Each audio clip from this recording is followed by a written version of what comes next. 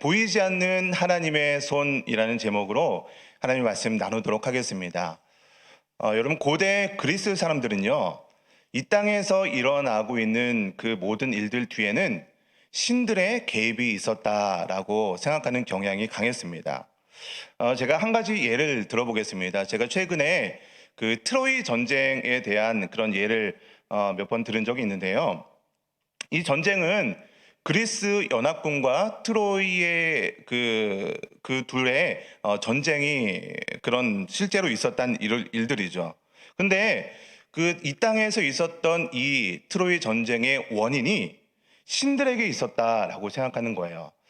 그 당시에 이제 그 그리스의 신 중의 신이 바로 제우스잖아요. 제우스에게 어떤 한 신탁이 내려졌는데 한 어떤 여신과 결혼을 하게 되면 그 여신의 자식이 이 제우스의 권력을 탐하게 될 것이다. 이런 신탁이 하나 내려진 거예요. 그 여신이 누구였냐면 바다의 여신이었던 이 테티스라는 여신입니다. 그래서 이 제우스는요, 자신의 권력을 지키기 위해서 이 여신 테티스를요, 인간인 펠레우스라는 남자와 결혼을 시키게 됩니다. 그래서 이 제우스는요, 이 바다의 여신 테티스가 인간인 펠리우스가 결혼을 하게 되면 자신의 권력을 유지할 수 있기 때문에 이 결혼식을 아주 성대하게 치르게 됩니다. 그래서 올림푸스에 있는 많은 그 그리스 신들을 다 초청을 했어요. 많은 잔치와 먹을거리와 즐길거리를 통해서 이 즐거운 잔치가 벌어졌는데요. 그 잔치에 초대되지 않았던 한 신이 있었는데요. 바로 불화의 여신 에리스였습니다. 여러분, 결혼식에 불화의 여신이 초대가 되면 이 결혼식이 어떻게 되겠어요? 그래서 불화의 여신은 이 결혼식에 초대되지 않았습니다. 그랬더니 이 불화의 여신 에리스가 이제 심통이 난 거예요. 아니, 나를 다 초대하는데 나만 빼고 이 결혼식을 한다고? 그래서 이 불화의 여신 에리스가 어떤 꾀를 내냐면 이 결혼식에 몰래 이렇게 찾아가서 황금 사과 하나를 딱 전해줍니다. 근데 그 황금 사과에 뭐라고 적혀 있냐면 가장 아름다운 여신에게 이렇게 이 황금 사과를 바친다라고 이렇게 황금 사과를 주었습니다. 만약에 우리 임마누엘 찬양대에게 황금 사과를 주면서 가장 아름다운 여인에게라고 하면 어느 분이 받으시면 됩니까? 네, 저는 아닌 것 같아요 라는 분도 계시지만 속으로 난데 이렇게 생각하는 분도 계실 겁니다. 근데 한 명만 그러면 좋은데 나라고 생각하는 분이 여러분이 계신다면 그전에는 아무 일도 없다가 괜히 황금사과 하나가 던져져 갖고 불화가 있을 수 있겠죠. 그 당시에 그 올림푸스의 신들도 마찬가지였습니다. 여러분, 그 여신 중에 가장 아름다운 여신이라고 꼽힐 수 있는 사람이 어쩌면 미의 여신인 아프로디테일 것입니다. 그래서 아프로디테는 당연히 이 황금 사과는 나에게 주어진 사과구나라고 생각을 했습니다. 그러고 끝났으면 다행인데 이 제우스의 부인이자 이 권력의 신인 헤라가 아니 무슨 소리야, 이 황금 사과 아름다운 여신에게만 나지. 그랬더니 이 전쟁의 신이자 지혜의 신인 아테나가 아니다, 그 사과 나에게 주어진 사과다. 이 세 명이 싸움이 붙은 거예요. 그래서 어떻게 했냐면 세 명의 여신이 제우스한테 찾아갔습니다. 제우스, 우리 세 명이 왔는데 누가 이 황금 사과의 주인입니까? 판결을 내려달라. 여러분, 제우스의 입장이 어떻겠습니까? 어느 누구를 선택을 해도 입장이 곤란한 상황이 처해진 거예요. 그래서 제우스가 이 판결을 누구한테 미루냐면 인간인 어떤 사람한테 이 판결을 내리게 결정을 하게 됩니다. 그 인간이 누구냐면 이 트로이의 왕자였던 파리스라는 사람입니다. 제가 그림 하나를 보여드릴 텐데요. 이 파리스의 심판이라는 그림이에요. 맨 왼쪽에 있는 사람이 제우스의 전령인 헤르메스라는 그런 전령입니다. 이렇게 머리에 이렇게 날개를 달고 있는데 그 앞에 있는 사람이 트로이 왕자 파리스라는 사람이에요. 그 사람이 손에 뭘 하나 들고 있죠. 그게 바로 이 황금 사과입니다. 그래서 이 헤르메스가 이 황금 사과를 가지고 당신이 이 세 명의 여신들 중에 누가 이 황금 사과의 주인이 될지 결정을 해봐라 라고 이렇게 이야기를 하는 겁니다. 근데 이 세 명의 여신이요, 이 황금 사과가 너무나도 갖고 싶은 거예요. 그래서 이 파리스를 매수하기 시작합니다. 첫 번째, 전쟁과 지혜의 여신인 아테나는 파리스한테 네가 만약에 황금사근을 나에게 주면 뭐 어떤 전쟁에 나가더라도 내가 승리할 수 있게 해주겠다. 이렇게 매수를 하는 거예요. 그랬더니 최고의 권력의 여신이었던 헤라가 내가 세상에서 가장 큰 권력을 너한테 주겠다. 이렇게 유혹을 합니다. 그랬더니 미와 사랑의 여신 아프로디테는요, 네가 만약에 그 황금사근을 나에게 주면 세상에서 가장 아름다운 여인과 결혼할 수 있게 해주겠다. 이렇게 제안을 했습니다. 이 파리스가 누구를 선택했을까요? 아프로디테를 선택합니다. 그래서 이 아프로디테를 선택해서 이 파리스는요, 이 세상에서 가장 아름다운 여인과 결혼을 할 수 있는 그런 권력 그것을 선택하게 되는데요. 당시에 가장 세상에서 아름다운 여인은 그 스파르타의 왕비였던 헬레나라는 여인이었습니다. 그림을 내려주셔도 되겠습니다. 이 헬레나는요, 당시 그 스파르타의 여왕이라면 왕이 있겠죠. 왕이 바로 메넬라우스라는 왕이었습니다. 그러니까 이 헬레나는 당시에 유부녀였어요. 그러면 여러분, 아프로디테가 거짓말을 한 걸까요? 가장 아름다운 여인을 주겠다라고 했지 유부녀는 제외한다라는 그런 조건은 안 달았거든요.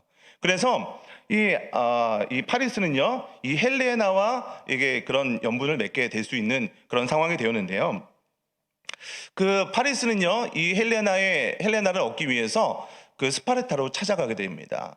스파르타는 당시에 좀 약소국이었고요. 당시에 트로이는 굉장히 부유한 나라였어요. 그래서 트로이의 왕자였던 파리스가 이 스파르타에 갔을 때 이 메넬라우스가 굉장한 이렇게 환대를 해줬습니다. 근데 그 환대한 장소에서 헬레나를 직접 보고 나서 첫눈에 반한 거예요. 그래서 그 헬레나를 데리고 이 트로이로 도망을 가게 되었습니다. 그래서 어떻게 보면은 이 그리스 연합군과 트로이와의 전쟁은 이 헬레나라는 여인 때문에 일어난 전쟁이었다. 그런데 그 전쟁의 배후에는 신들이 개입했다라는 것이 그 당시 고대 그리스인들의 그런 생각이었습니다. 여러분, 이렇게 그리스와 트로이 전쟁은요, 역사적으로 실제로 일어난 일들이었습니다. 그런데 그 일이 일어난 원인에 대해서는 보이지 않는 신들이 개입했다라고는 생각을 하는 거예요. 여러분, 실제로 그리스 사람들은요, 굉장히 많은 신들을 섬겼습니다. 그래서 사도 바울이요, 그리스 아테네 전도 여행을 갔을 때 이런 고백을 하기도 합니다. 우리 사도행전 17장 22절에 보면 이렇게 기록을 하고 있는데요. 바울이 아레오바고 가운데 서서 말하되 아덴 사람들아, 너희를 보니 범사에 종교성이 많도다. 저기서 여러분, 아덴이 바로 아테네를 의미하는 거예요. 그래서 범사에 종교성이 많다라고 하는 것이, 아테네 사람들이 제가 아까 뭐 제우스 신, 헤라, 뭐 아프로디테 그런 신들을 얘기했잖아요. 수많은 신들을 우리 그리스 사람들이 섬기고 있었던 것을 보게 됩니다. 그래서 그걸 보고 이 아덴 사람들아, 너희가 이렇게 종교성이 많구나라고 사도 바울이 고백을 하고 있는 것을 보게 됩니다. 신들이 이 세상을 지배하고 다스리고 있다라고 그리스 사람들이 생각하고 있었다는 거예요. 여러분, 오늘 본문인 에스라서도 마찬가지입니다. 이 땅에서 일어나는 일들 뒤에는 하나님께서 역사하신다는 근본적인 개념이 이 에스더서 전반적으로 깔려있는 그런 개념입니다. 여러분, 그런데 하나 신기한 것은요, 이 에스더서에는요, 하나님이라는 단어, 이런 언급이 전혀 있지 않다는 거예요. 여러분, 그래서 초기 기독교에서는요, 이 에스더서를 약간 좀 터부시하는, 다른 성경에 비해서 좀 터부시하는 경향이 강했습니다. 그래서 칼빈 같은 경우는요, 이 에스더서를 한 번도 설교하지 않았다고요. 그리고 루터는요, 이런 이야기를 했다고 합니다. 이 책이 우리에게 전수되지 않았으면 좋았을 뻔했다. 이런 얘기까지 할 정도로 에스더서를 좀 성경의 권위를 조금 낮게 보는 경향도 있었습니다. 여러분, 그러나 이 하나님이라는 단어의 직접적인 언급이 없다고 해서 그 성경 가운데 하나님께서 역사하지 않았다고 생각하는 것은 잘못된 것입니다. 오히려 에스더서에는요, 보이지 않지만 하나님의 손이 여기저기에서 적극적으로 개입하고 있는 모습을 보여주고 있다는 것입니다. 여러분, 우리가 사는 이 세상은요, 돈과 권력과 어떤 힘이 지배하는 세상처럼 보입니다. 그러나 이 에스더서를 통해서 이 세상을 움직이는 보이지 않는 하나님의 손을 발견하게 되시기를 축복드립니다. 그래서 하나님을 의지하는 가운데 여러분의 삶이 승리하게 되시기를 주님의 이름으로 간절히 축원드립니다. 여러분, 오늘 본문 말씀을 보시면 이 세상을 다스리는 한 왕이 등장을 하는데요. 오늘 1절 말씀 다 같이 다시 한번 1장 1절 말씀을 같이 읽겠습니다. 시작. 이 일은 아하수에로 왕 때에 있었던 일이니 아하수에로는 구스까지. 여러분, 이 일이 어느 왕 때에 일어났던 일이라고 얘기하고 있습니까? 아하수에로 왕. 여러분, 아하수에로 왕은요, 바사의 왕이에요. 바사는 우리 페르시아라고 우리가 이해하기도 하죠. 그래서 아하수에로는요, 페르시아의 왕들 중에 한 명이었습니다. 제가 얼마 전에 에스라서를 할 때 바사의 왕들을 한번 쭉 정리해 드린 적이 있습니다. 여러분 다 기억나시죠? 네. 하나님께서 저에게 주신 놀라운 축복 중에 하나가 망각의 축복이에요. 예. 얼마나 감사합니까? 또 잊어먹으면 다시 드리면 되고요. 네, 그래서 오늘도 그런 하나님의 축복과 은혜를 누리게 될 줄 믿습니다. 제가 페르시아 왕들을 다시 한번, 왜냐하면 지금 에스라, 느헤미야, 에스더 이 세 성경이요, 페르시아 왕들의 이야기를 다시 한번 기록하고 있거든요. 그림을 보여드리니까 좀 기억나시죠? 제가 이 그림만 한 3번 정도 보여드린 것 같아요. 괜찮습니다. 또 보여드릴 수도 있어요. 얼마든지 보여드릴 수 있습니다. 이 페르시아의 첫 번째 왕은요, 고레스 왕입니다. 우리 역사적으로는 키루스 대왕이라고 하는데요. 이 고레스 대왕은 그 전까지 바벨론 제국이 이스라엘을 지배하고 있었는데 그 제국을 무찌르고 페르시아를 통일한 왕이기도 합니다. 그래서 그 전까지 바벨론은 이스라엘 백성들을 포로로 끌고 오는 정책을 썼다면 이 고레스 대왕 때부터는요, 포로를 고향으로 돌려보내서 그들의 삶을 인정하는 그런 정책을 사용했습니다. 그래서 고레스 대왕 때 이스라엘 백성들이 고향으로 돌아갈 수 있게 되어서 이 에스라서 1장부터 그 내용이 기록되어 있는데 1차 포로 귀환, 이 스룹바벨을 통해서 이 고레스 대왕 때 1차 포로 귀환이 일어나게 되었던 것이죠. 두 번째 왕은 제가 다리오 왕이라고 했는데요. 사실은 역사적으로는 그 사이에 캄비세스 2세라는 왕이 한 명이 있었어요. 근데 성경에는 그 사람이 기록이 안 되니까 제가 다리오 왕을 바로 이렇게 언급을 드렸는데요. 이 캄비세스 2세가요, 그 고레스 왕 이후에 왕이 된 이후에 이 이집트를 정벌하기 위해서 갔다가 금방 죽게 됩니다. 근데 이 다리오 왕은요, 그 캄비세스 2세의 모사였어요. 근데 이제 캄비세스 2세가 죽다 보니까 이 페르시아 본국에서 여러 가지 반란이 일어나게 됩니다. 근데 그 반란을 잠재우고 왕이 된 사람이 바로 이 다리오 왕이었습니다. 그러니까 이 다리오 왕은요, 왕의 후손이 아니기 때문에 어떤 정체성의 그런 좀 컴플렉스 같은 게 있었어요. 난 왕손이 아니다라는 그런 컴플렉스가 있다 보니까 굉장히 많은 노력을 하고 업적도 많이 쌓으려는 그런 어떤 강박관념 같은 게 있었습니다. 그래서 이 다리오 왕이요, 그리스를 정벌하기 위해서 많은 노력을 했는데 이 그리스를 정벌하기 위해서 전쟁을 했던 그 전투 이름이 마라톤 전투이기도 합니다. 여러분, 그 마라톤 전투에서 지금 그 100만 대군을 이끌고 이 10만 정도밖에 되지 않는 그리스를 정벌하러 갔는데 그 전쟁에서 대패를 하게 됩니다. 그래서 그리스 사람들이 그 승리의 소식을 이 본국에 전달하기 위해서 40km나 넘는 거리를 뛰어갔다라고 해서 거기서 유래된 게 이제 마라톤. 그래서 그리스의 마라톤이 그때부터 유래된 이야기다라고 얘기가 나오기도 합니다. 그 다음 왕이 바로 아하수에로 왕입니다. 이 아하수에로 왕은 다리오 왕의 이 아들이기도 한데요. 에스더서의 전체적인 배경에 오늘 본문에서도 처음 아하수에로 왕이 언급되기도 했죠. 이 아하수에로 왕은요, 이 아버지 다리오 왕이 그 마라톤 전투에서 엄청난 패배를 했던 복수를 하기 위해서 또 다른 전투를 하게 됩니다. 그 전투가 무엇이냐면 테르모필레 전투라는 것인데요. 여러분, 예전에 우리 영화 300이라는 나는 관대하다라면서 나왔던 그 영화가 있는데 그 300이라는 영화의 배경이 되는 전투이기도 합니다.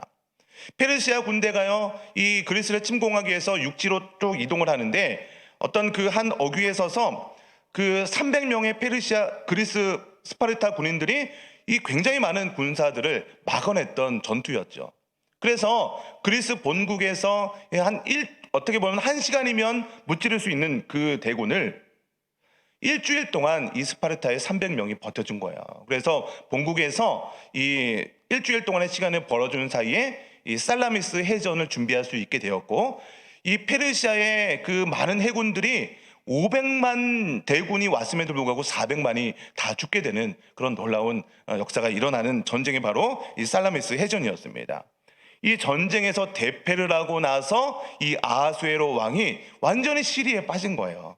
그런 내용이 오늘 본문 에스더서 2장부터 나온 내용이 바로 그런 역사적인 배경과 같이 하는 그런 내용들입니다.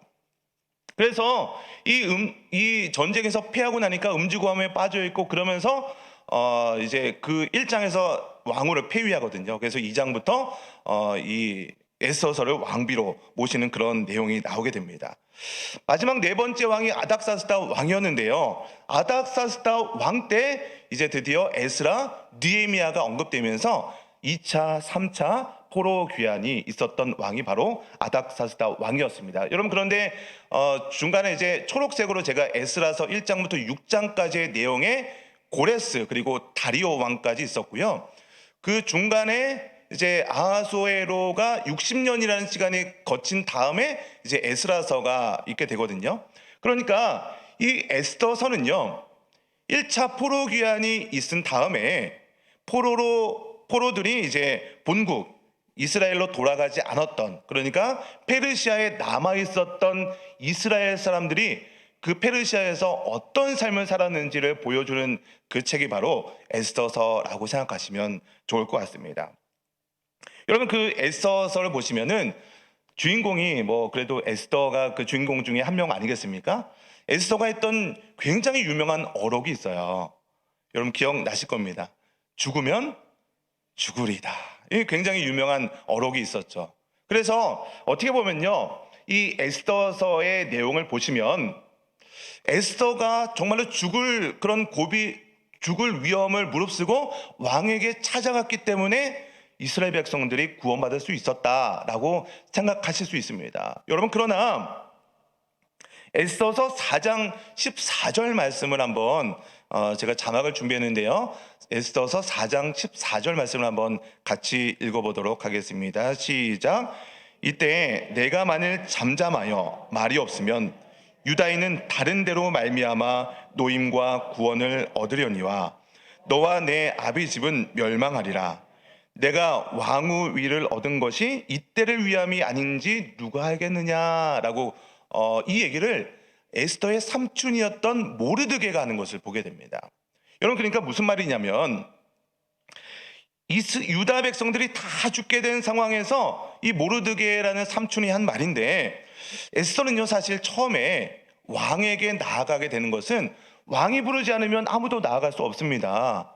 그때 부르지도 않았는데 왕에게 나아가면 죽을 수밖에 없기 때문에 나는 못 나갑니다 라고 했더니 이 말을 모르드게가 한 거예요. 너는 살지 모르겠지만 유다인은 네가 만약에 안 나간다면 다른 데로 말미암아 노임과 구원을 얻게 될 것이다 라고 얘기하는 거예요. 무슨 말이냐면 유다인은 어차피 하나님께서 구원해 주실 것이다. 그러면서 네가 왕위 얻은 것이 이때를 위함이 아닌가 생각해 보라는 거예요. 왕위에 오른 것은 하나님께서 인도해 주신 것이지만 하나님의 원대한 계획 속에서는 유대인은 네가 아니더라도 구원받게 되어 있다. 그러나 하나님의 놀라운 구원 계획을 위해서 쓰임받기 위해서 네가 왕위에 올라갔다는 것을 기억하라라고 이야기를 하고 나서 이 에스더가 죽으면 죽으리다라고 하면서 고백하는 것을 보게 된다는 것입니다. 여러분, 오늘 이 에스더서 처음 시간이라서 에스더서 개관처럼 전체적으로 좀 말씀을 드리고 있습니다. 여러분, 우리 교회도 마찬가지입니다. 여러분, 우리 교회에서 여러분은 어떤 봉사를 하고 어떤 직분을 감당하고 계십니까?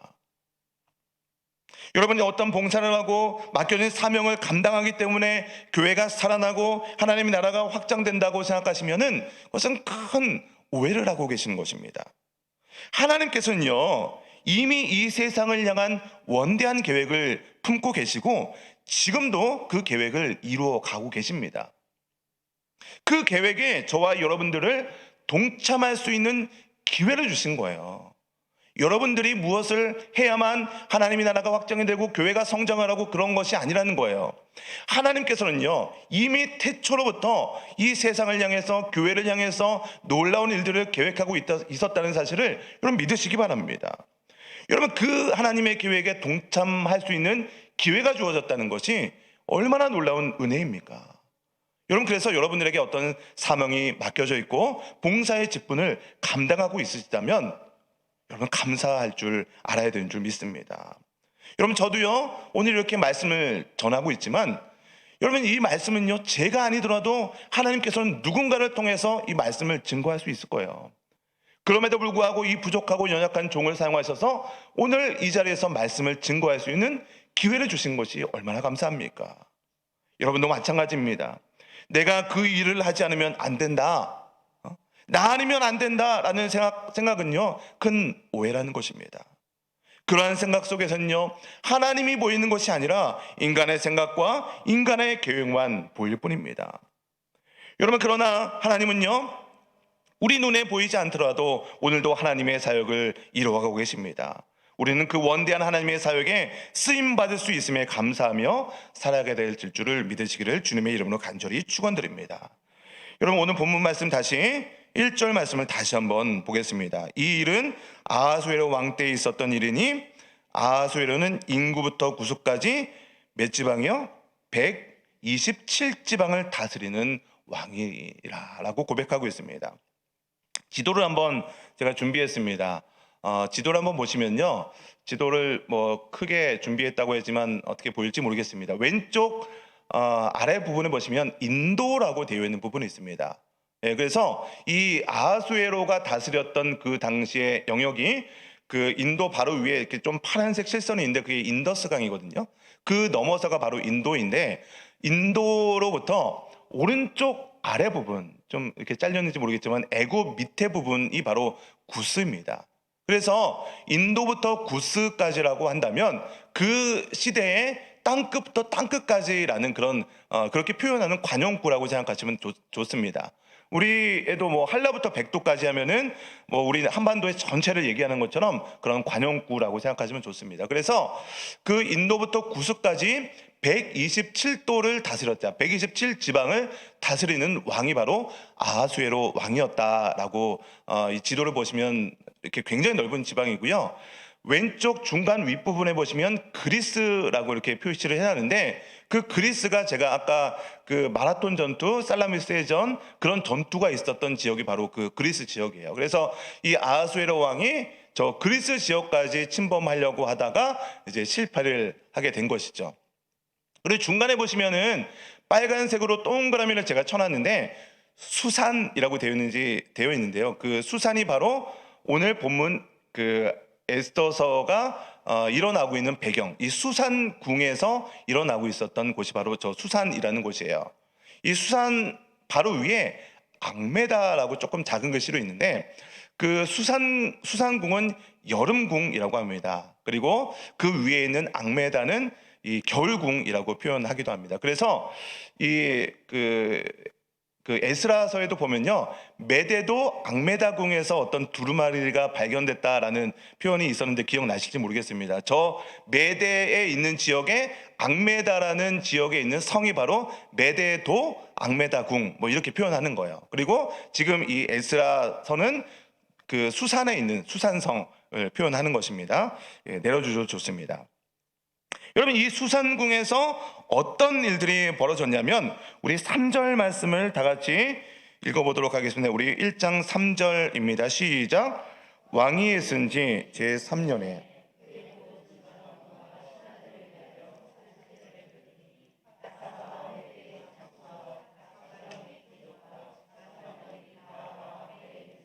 네, 잔치를 베풀었는데 메대와 바사의 장수들, 귀족들, 지방관들을 모아놓고 엄청난 잔치를 베풀었는데 며칠 동안 베풀었으면 그 다음 절을 보니까 180일 동안 잔치를 베풀었다라고 기록을 하고 있습니다. 여러분 이것은요, 똑같은 사람을 한번 모아놓고 180일 동안 계속해서 잔치를 베풀었다라고 생각할 수도 있지만, 주석서에 보면 한 해석은요, 아까 굉장히 많은 지방을 다스리고 있었잖아요. 127도를 다스리고 있다 보니까 많은 지방의 관리들, 군인들, 그런 귀족들을 매일같이 초대를 해서 다른 지역에 있는 사람들을 초대해서 180일 동안 잔치를 베풀었다라고 해석을 하기도 합니다. 그래서 이 잔치 동안 무엇을 했냐? 제가 그 아버지 그 다리오 왕이 마라톤 전투에서 큰 패배를 했다고 했잖아요. 그래서 아하수에로 왕은요, 이제 복수를 하기 위해서 사람들을 다 모아서 이제 협력 관계를 맺으려고 잔치를 베풀었다라고 해석을 하는 사람도 있습니다. 그러니까 그 잔치를 통해서 군인들, 뭐 귀족들 돈도 필요했을 것이고, 그 많은 사람들이 이 어떤 잔치를 통해서 나의 그 아하수에로 왕의 권력과 어떤 재물과 이런 것들을 자랑하면서 나와 같이 저 그리스를 치자라고 하는 그 잔치가 바로 이 지금 오늘 본문에 나오는 잔치라고 하는 것입니다. 여러분 이 아하수에로 왕의 이 엄청난 권력과 재물과 이런 것들이 얼마나 엄청나냐면, 어떻게 보면 왕 한마디로 이 세상을 다스리고 있다라고 생각할 정도로 이 당시의 아하수에로 왕의 권력은 엄청났습니다. 여러분 그런데 우리가 이제 앞으로 계속해서 에스더서를 보게 되겠지만, 에스더서를 보시다 보면요, 굉장히 우연의 일치와 같은 일들이 계속해서 등장을 하는 것을 보게 됩니다. 여러분 우연의 일치는 언제 일어나는 거예요? 항상 계속해서 일어나는 것을 우연이라고 하지 않습니다. 우연의 일치는요, 정말로 어쩌다 한번 일어날까 말까 하는 일을 바로 우연의 일치라고 이야기를 하는 것이죠. 여러분 그런데 만약에 그 우연이 반복돼서 일어난다라고 생각하면 어떻게 됐습니까? 그때는 그것은 더 이상 우연이라고 얘기하는 것이 아니라 필연이라고 얘기할 수밖에 없습니다. 에스더서에는요, 어떻게 보면 인간적으로 생각할 때는 이게 우연의 일치와도 같은 일들이요, 계속해서 일어나고 있는 것을 보게 됩니다. 그러니까 하나님께서는요, 이 세상을 다스리고 있는 왕이 아하수에로다라고 생각하는 이 세상에서 우연의 일치와도 같은 일들을 계속해서 벌어지게 하면서, 실제로 이 세상을 다스리고 있는 사람은 아하수에로 왕이 아니라 하나님이라는 것을 이 말씀을 통해서 증거하고 있는 것입니다. 그래서 에스더서를 통해서 이 세상은 하나님께서 통치하시고 다스리고 있다, 이것을 스스로 고백할 수밖에 없는 성경이 바로 이 에스더서입니다. 제가 한 가지만 예를 들어 보여드리겠습니다. 에스더서 6장 1절 말씀 자막을 보시면서 같이 읽어봤으면 좋겠습니다. 우리 시작. 그날 밤에 왕이 잠이 오지 않으므로 명령하여 역대 일기를 가져다가 자기 앞에서 읽히더니. 여러분 이 내용은요, 아하수에로 왕이 왜 하필 잠이 오지 않겠습니까? 잠도 잘 자고 잔치도 벌이고 그러면 잠을 잘 잤을 거예요. 그런데 그날따라 우연히 왕이 잠이 오지 않았습니다. 근데 잠이 오지 않으면 할 게 얼마나 많겠습니까, 왕이면. 근데 굳이 역대 일기를 가져오라고 했던 것이 얼마나 우연의 일치입니까? 근데 그 역대 일기에도 얼마나 많은 일들이 기록이 되어 있겠어요. 왕들의 그런 왕이 했던 일들 여러 가지가 기록된 것이 역대 일기니까요. 근데 그 역대 일기에서 딱 펼쳐서 읽었던 내용이 뭐냐면, 모르드게가 이 아하수에로 왕을 죽이려고 했던 사람들을 그것을 고발해서 왕을 구해준 내용을 딱 읽게 되었다는 거예요. 여러분 이것이 얼마나 우연의 일치와 같은 일이 벌어집니까? 여러분 제가 한 가지 예만 들었지만, 에스더서를 보시면요, 굉장히 많은 이렇게 우연의 일치와도 같은 일이 계속해서 보여지는 것을 보게 됩니다.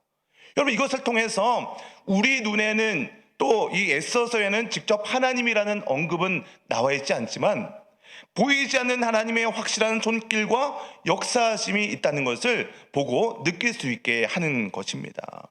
여러분의 인생을 한번 돌아보시기 바랍니다. 여러분 이 세상이 어떤 한 나라의 대통령과 어떤 정치인들에 의해서 돌아간다고 여러분 생각하고 계십니까? 여러분, 어떤 한 나라가 미사일을 쏘고 어떤 한 나라가 다른 나라를 침공했다고 해서 이 세상이 움직인다라고 여러분 생각하십니까? 한 나라의 환율 정책에 의해서 이 세상이 돌아간다라고 생각하십니까? 여러분, 물론 우리 눈에 보이는 이 세상은요, 제가 방금 언급했던 어떤 한 나라의 대통령과 정치인들, 그리고 미사일을 쏘고 전쟁이 일어나고 환율이 오르고 이런 것들에 의해서 굉장히 많은 영향을 미치게 됩니다. 여러분, 그래서 우리가 보는 이 세상은요, 이런 힘과 권력과 어떤 군사력에 의해서 돌아가고 있다라고 생각할 수 있습니다. 여러분, 그러나 저와 여러분들, 하나님을 믿는 존재들은요, 사람들은요, 보이는 것만 바라보는 존재들이 아니라 보이지 않는 하나님을 바라보는 존재인 줄 믿으시기 바랍니다. 여러분, 그래서 히브리서 11장 1절에 이렇게 고백하고 있는 것이죠. 믿음은 바라는 것들의 실상이요 보이지 않는 것들의 증거니. 여러분, 우리는요, 보이지 않는 것을 바라보고 믿는 존재들입니다. 여러분, 그래서 하나님은요, 우리 눈에 실제로 보이지 않지만, 여러분, 많은 사람들이요, 저도 마찬가지고 여러분들도 마찬가지예요. 하나님은 바로 우리 눈에 직접 보이지는 않으시지만 여러분의 인생 가운데 그때그때마다 역사하셔서 이것이 바로 하나님께서 역사하셨구나, 하나님께서 나를 살려주셨구나, 하나님께서 우리 가정 가운데, 우리 자녀들 가운데, 여러분의 삶 가운데 역사하셨구나라는 것을 경험하고 있지 않으십니까? 여러분, 세상 사람들은요, 하나님의 존재를 믿지 않는 사람들입니다. 아무리 성경에 이렇게 기록되어 있고 과학적으로 성경의 일들이 역사적으로 있는 일들이다라고 이야기를 해도요, 그 말을 믿지 않습니다. 믿으려고 해도 믿어지지가 않는다고 합니다. 제가 얼마 전에 한 교회 성도님과 만나서 이야기를 하다가 이런 얘기를 들었어요. 나도 성경이 좋은 얘기가 기록된 것을 다 인정한다. 근데 성경에 있는 일들 중에 많은 것들이 환타지 소설 같다는 거예요. 그냥 어떤 소설책처럼 느껴진다는 거예요. 여러분, 그러니까 여러분들은 하나님의 말씀이 믿어지십니까? 여러분, 창세기 1장 1절에 뭐예요? 태초에 하나님이 천지를 창조하시느니라. 여러분, 이 말씀이 믿어지세요? 믿어지세요? 여러분, 믿어지는 게 은혜예요. 기적이에요. 아무것도 없는 상태에서 하나님께서 말씀으로 세상을 창조했다. 세상 사람들이 그렇게 얘기하면요, 미쳤다고 얘기하는 거예요. 어떻게 하나님께서 말씀으로 아무것도 없는 것에서 인간을 창조했다고? 예수님께서 죽은 자를 향해서 일어나라고 하니까 죽은 자가 살아났다고? 홍해 바다가 갈라졌다고? 오병이어 기적, 이 물고기와 떡을 5천 명이나 먹고 남은 그런 일들이 실제로 일어났다고? 여러분, 세상 사람들의 이성과 과학적으로 그게 말이나 되는 말입니까? 여러분, 그래서요, 세상 사람들은요, 성경의 이야기를 믿고 싶어도 믿어지지 않는다라고 고백하는 것을 제가 어떤 성도와 이야기를 통해서 들었습니다. 여러분, 그런데 저와 여러분은 하나님의 말씀이 믿어진다는 게 기적 아닙니까? 그것이 은혜 아닙니까? 어떻게 믿어지세요? 어떻게 과학적으로 여러분이 믿고 있다는 것을 설명할 수 있으세요? 설명이 안 되는 거예요. 그냥 믿어지는데 그것을 어떻게 설명해요? 여러분, 그래서 저와 여러분들은요, 보이지 않는 하나님께서 역사하고 계신다는 것을 믿는 존재들이에요. 여러분, 창세기 1장 1절이 믿어지면요, 다른 것은 다 믿어질 수밖에 없지 않습니까? 근데 창세기 1장 1절부터 믿어지지 않으면 그 이후에 있는 모든 것들이 믿어질 수 없는 거예요. 여러분, 그래서 말씀을 통해서 하나님께서 우리 세상은 힘과 어떤 권력과 군사력이 이 세상을 지배하고 있다고 생각하지만, 저와 여러분들은요, 보이지 않는 하나님께서 이 세상을 다스리고 통치하고 있다는 사실을 믿는 저와 여러분임을 믿으시기 바랍니다. 말씀을 정리하겠습니다. 이 세상을 다스리는 것은 이 세상의 권세자와 통치자가 아니라 하나님이라는 것을 믿으시기 바랍니다. 하나님께서 이 세상 통치자들을 사용하셔서 하나님의 계획을 이루어 가고 계시는 것입니다. 그렇기 때문에 우리는요, 이 세상의 통치자들과 권세자들을 위해서 기도해야 될 줄 믿습니다. 그들의 어떤 정치와 어떤 행동과 모든 것들이 마음에 들어서가 아니라, 그들의 정책이 훌륭해서가 아니라, 하나님께서 그들을 사용하셔서 그들을 통해서 이 세상을 다스리시고 이 세상에 하나님의 놀라운 계획을 이루어 가고 계심을 믿기 때문에 그들을 위해서 기도해야 한다는 것입니다. 우리는 이 보이지 않는 하나님의 손을 믿고 믿음으로 기도하는 저와 여러분 되시기를 주님의 이름으로 간절히 축원드립니다. 오늘 말씀을 생각하시면서 같이 좀 통성으로 기도하기 원합니다.